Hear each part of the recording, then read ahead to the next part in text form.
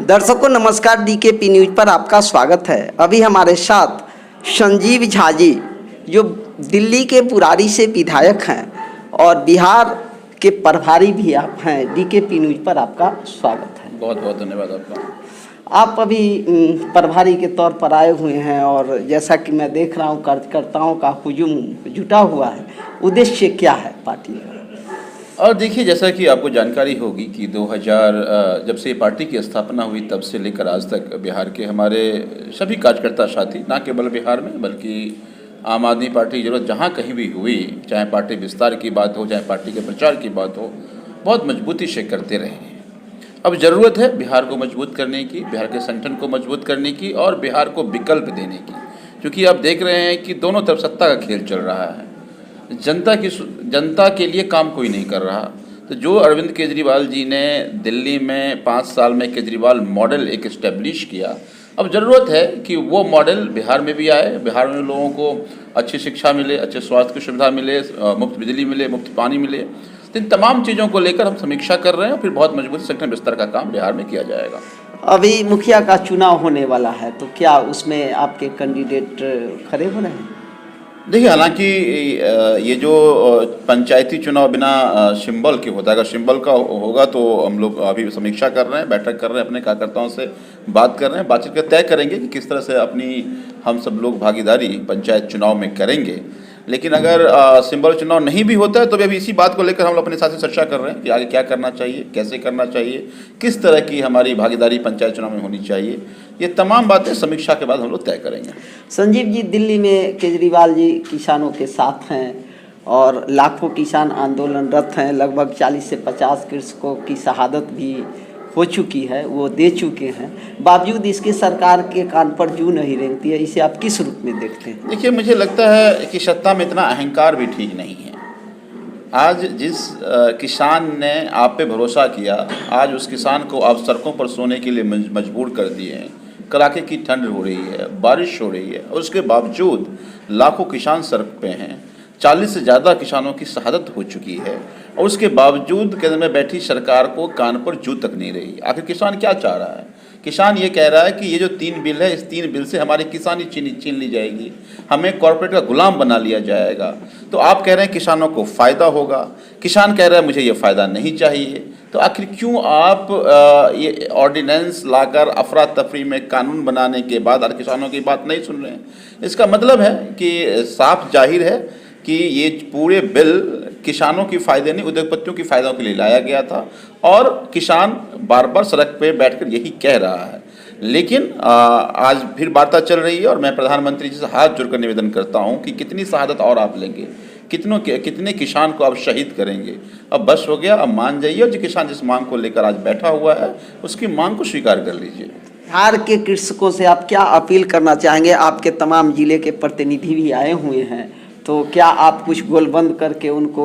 और देखिए, बिहार के किसान तो पहले से इसके शिकार हैं। आपको जानकारी होगी शायद कि 2006 से 2005 में नीतीश जी बने थे मुख्यमंत्री। ये मंडी व्यवस्था खत्म करने के बाद हमने देखा, जब मक्का का सीजन था तो जो जिसकी एमएसपी में मक्के की 1850 रुपये है, किसान 1100-1200 में बेच रहा था। जिस धान की एमएसपी 1865 रुपये है वो 900-1200 में बेच रहा है। तो बिहार के किसान, तभी तो मैं कह रहा हूँ प्रधानमंत्री जी से कि आप जो कानून बनाए उसका शिकार बिहार के किसान पहले से ही है। आप कह रहे हैं कि प्राइवेट मंडी से किसानों को फ़ायदा हो जाएगा, बिहार में तो किसानों की कमर टूट गई। तो मुझे ये लगता है कि ज़रूरत है आज इस देश के अन्नदाता को एकजुट होकर के, साथ खड़े होकर के, जो सरकार जनता के फ़ायदे के लिए, जनता के लिए बनाई जाती है, आज कॉर्पोरेट के हाथ पूरे देश बेचने की तैयारी कर रहे हैं, उसके खिलाफ खड़ा होना चाहिए। मुझे पूरा विश्वास है कि ना केवल ये एक कोई पंजाब हरियाणा का केवल किसान का प्रोटेस्ट नहीं है, ये हर एक किसान का प्रोटेस्ट, किसान के ही नहीं, मैं कहता हूँ ये जनता का भी है। एक चीज़ समझिए, आप इसी कानून में आप कहते हैं कि बड़े बड़े कॉर्पोरेट असीमित भंडारण कर सकते हैं, जबकि पहले जो डेली कंज्यूमर आइटम है उसको आप भंडारण नहीं कर सकते थे। हाँ, तो 1955 में कानून लाए थे नेहरू जी। अगर जी, आप इसको भंडारण करने की आपने दे दिया तो ये बड़े अदानी अंबानी जैसे लोग सारा भंडारण कर लेंगे और फिर उसके बाद महंगे प्राइस पे बेचेंगे। जी। और आपने कानून में ये भी लिख दिया है कि मान लीजिए मैं दिल्ली में हमारी सरकार है, दिल्ली के मुख्यमंत्री चाहते हैं कि ये प्राइस बढ़ा रहा है और इसके भंडारण को रोका जाए, तो सरकार ने कहते कि जब तक दोगुना प्राइस जब तक नहीं होगा, महंगा नहीं होगा, तब तक आप छापा भी नहीं मार सकते हैं। तो इसका मतलब है कि केंद्र सरकार इस देश को उद्योगपतियों के हाथ बेचना चाह रही है और आम आदमी का नुकसान है इससे।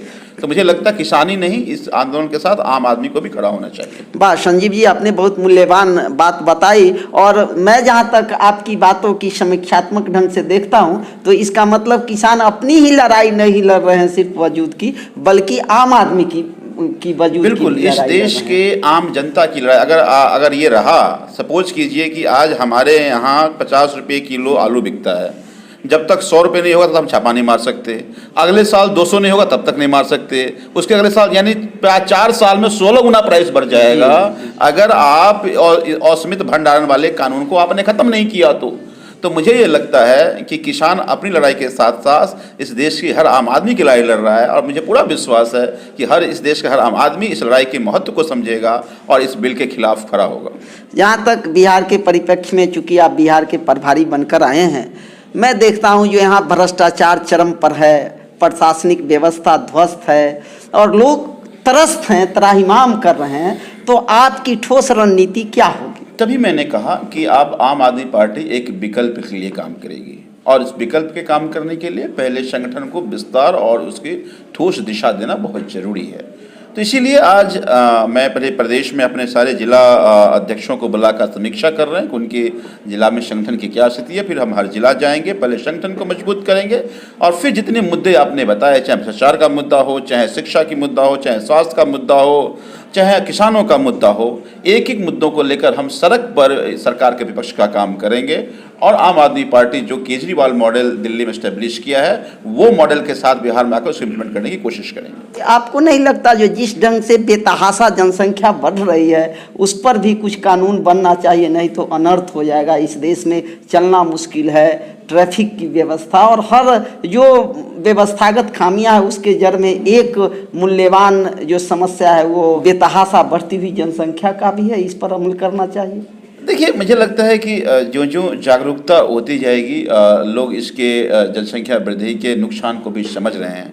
मैं ये मानता हूँ कि हर एक हाथ को आप स्किल कर दीजिए, हर एक हाथ को योग्य बना दीजिए, तो जिससे आप परेशान हैं वो वही आपका एसेट हो जाएगा। एक तरफ आप देखिए कि यूरोप में जनसंख्या नेगेटिव की तरफ जा रही है, वहाँ पे लोग नहीं मिल रहे हैं। अगर आपने आपके अपने जनसंख्या को अच्छी शिक्षा दे दिया, आपने व्यवसाय परक आपने शिक्षा दे दिया आपने, तो हो सकता है यही विदेश में जा करके आपके लिए डॉलर कमा करके आपकी रेवेन्यू को बढ़ाए, आपकी इकोनॉमी को बढ़ाए। तो मुझे लगता है पहले आपको हर हाथ को पहले योग्य बनाइए और जो जो शिक्षा बढ़ती जाएगी लोग अपने आप जागरूकता बढ़ती जाएगी और मुझे लगता है कि जिससे हम सब लोग चिंतित हैं उसका कोई ना कोई उपाय निकल जाए। आप केजरीवाल मॉडल की बात किए, जो लोग दिल्ली को नहीं देखे होंगे वो लोग नहीं समझ पा रहे होंगे, तो जरा उसको ब्रीफ कर दीजिए। केजरीवाल मॉडल में क्या क्या कुछ गुणवत्तापूर्ण बातें आई है जो बिहार में आप लागू करना चाहते हैं? पिछले 5 साल पहले जब हम लोग सरकार में आए तो सबसे बड़ी चुनौती थी दिल्ली की बिजली बहुत महंगी थी, दिल्ली के पानी बहुत महंगा था और उत्तरोत्तर ये महंगाई बढ़ती, देश में सबसे महंगी बिजली दिल्ली की थी, देश में सबसे महंगी पानी दिल्ली की थी, शिक्षा का बहुत बुरा हाल था, स्वास्थ्य का बहुत बुरा हाल था। एक चीज़ समझिए, आज आप देश में हर एक नागरिक को अच्छी शिक्षा मुफ्त दे दें, अच्छे स्वास्थ्य की सुविधा मुफ्त दे दें, तो उनके आधे कमाई की बचत भी हो जाएगी और साथ साथ हर एक व्यक्ति शिक्षित होकर रोजगार परक अपनी जिम्मेदारी को निर्वहन करेगा। हमने 5 साल में ये इंश्योर किया कि हर एक व्यक्ति को एक तरह की शिक्षा मिलनी चाहिए, अच्छी शिक्षा मिलनी चाहिए, मुफ्त मिलनी चाहिए। हमने मोहल्ला क्लिनिक खोल करके हॉस्पिटल व्यवस्था को ठीक करके हमने दिल्ली के हॉस्पिटल सरकारी प्राइवेट से बेहतर किया। तो ये इंश्योर किया हमने कि हर एक व्यक्ति को अच्छे स्वास्थ्य की सुविधा वो मुफ्त मिलनी चाहिए। अगर दिल्ली में आप गरीब हैं तो आपको मुफ्त बिजली मिलने का, क्योंकि बिना बिजली का आप रह नहीं सकते, तो बिजली मिलना आपका अधिकार है और वो आपको मिलना चाहिए, मुफ्त मिलना चाहिए। अगर आप गरीब हैं, आपके पास संसाधन नहीं है, तो आपको पीने का पानी, बिना पानी पी रह नहीं सकते, वहाँ पानी आपको कमर्शियल है, तो आपको मुफ्त पानी पीने की व्यवस्था होनी चाहिए। और इसी तरह से हमने जो इस भ्रष्टाचार की बात आप यहाँ कह रहे थे, या एसडीएम ऑफिस में जाइए, डीएम ऑफिस में पहले खूब भ्रष्टाचार था। आज के 1076 पे आप डायल कर लीजिए, आपको किसी तरह का प्रमाण पत्र बनाना है, चाहे आपको जाति प्रमाण पत्र बनाना है, चाहे मृत्यु प्रमाण पत्र बनाना है, चाहे और कोई सर्टिफिकेट आपको बनाना है, घर बैठे आपका सर्टिफिकेट बन के आ जाएगा। और यहाँ ब्लॉक में धक्के खाते रह जाइए, नहीं बनेगा आपको।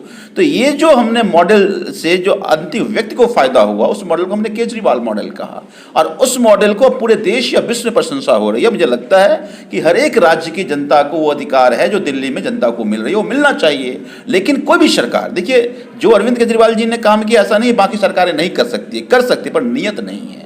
तो नियत वाली सरकार की होनी जरूरी है। और तब मैं कह रहा हूं कि आपको आम आदमी पार्टी बिहार में अब विकल्प बनेगी, और जो केजरीवाल मॉडल की चर्चा हमने की, जो दिल्ली में इंप्लीमेंट हुआ, वो बिहार में भी इम्प्लीमेंट होना चाहिए। देशवासियों को और खासकर युवाओं को आप क्या संदेश देना चाहेंगे? देखिए, सबसे पहले तो पूरे देशवासियों को, बिहार वासियों को नव वर्ष की मैं ढेर सारी शुभकामनाएं देता हूं। 2020 जो है वो हादसों का साल रहा, आपदा का साल रहा।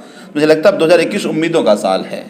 एक तो मैं ये कामना करता हूं कि 2020 अपनी सारी संकट अपने साथ, सारी आपदा अपने साथ ले गया हो, और 2021 सबके लिए अच्छा हो। मुझे ये लगता है कि इस देश में जब तक इस देश की राजनीति ठीक नहीं होगी, व्यवस्था ठीक नहीं हो सकती है। तो मैं इस देश के युवाओं के आह्वान भी करता हूं कि जब तक आप इस सिस्टम में पार्टिसिपेट नहीं करेंगे, तब तक इस सिस्टम यूं ही रॉटन और स्टिंग और सड़ा हुआ रहेगा। मैं उम्मीद करता हूं कि ज़्यादा से ज़्यादा लोग पार्टिसिपेट करें, युवा पार्टिसिपेट करें, ताकि बिहार की राजनीति और देश की राजनीति बदले। संजीव जी, DKP न्यूज पर आपने मूल्यवान समय दिए, इसके लिए हृदय की गहराई से धन्यवाद। बहुत बहुत धन्यवाद आपका।